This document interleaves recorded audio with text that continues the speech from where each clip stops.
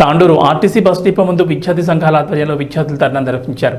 తమ గ్రామాలకు బస్సులు సమయపాలన పాటించకుండా నడుపుతున్నారని విద్యార్థులు ఆందోళన దిగారు. బస్సులు సమయానికి రాకపోవడంతో కళాశాలకు తమ గ్రామాలకు ఆలస్యంగా వెళుతున్నామని విద్యార్థులు ఆవేదన వ్యక్తం చేశారు. పలుమార్లు బస్ డిపో మేనేజర్కు సమస్యను విన్నవించినా ప్రయోజనం లేదని మండిపడ్డారు. బస్ డిపో ముందు బైఠాయించి డిఎం డౌన్ టౌన్ అంటూ నినాదాలు చేశారు.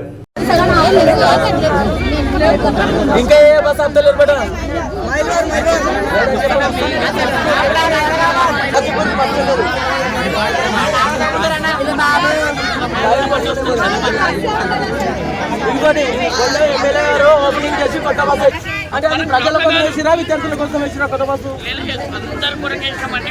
అందరి కోసం వేసే విద్యార్థులు చేయట్లేదు సార్. విద్యార్థులకు ఆపలేరు సార్, విద్యార్థులకు బస్సు ఆపలేరు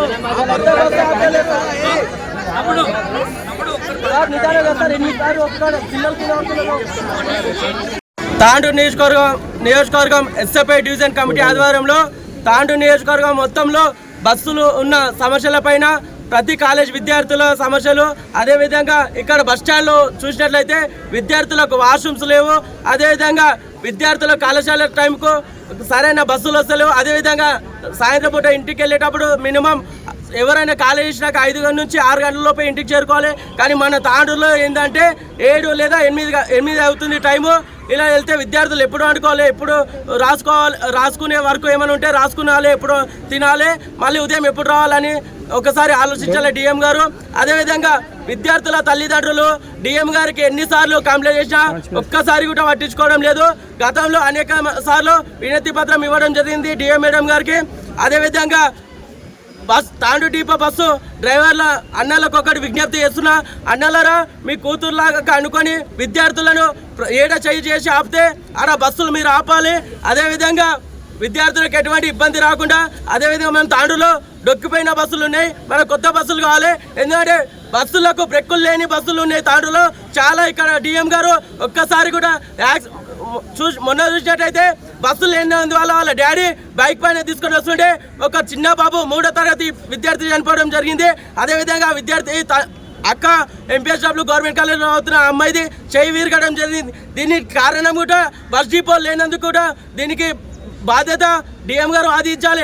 ఎందుకంటే బస్సులు లేకనే విద్యార్థుల తల్లిదండ్రులు ఏం చేస్తున్నారంటే దూరం నుంచి 30 కిలోమీటర్ల నుంచి 20 కిలోమీటర్ల నుంచి బైక్ పైన వస్తున్నారు. ఆ బైక్ పైన వచ్చే మార్గంలో లారీల్లో కానీ ఇంకేమైనా అని యాక్సిడెంట్ అయ్యి కింద పడి విద్యార్థులకు గాయాలు కానీ చనిపోవడం జరుగుతుంది.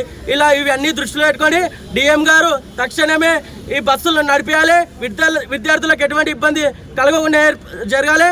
అదేవిధంగా మా ఎస్ఎఫ్ఐ డిమాండ్ ఏంటంటే డిఎం గారు ఎమ్మడే రాజీనామా చేసి తాండూరు నుంచి వెళ్ళిపోవాలి.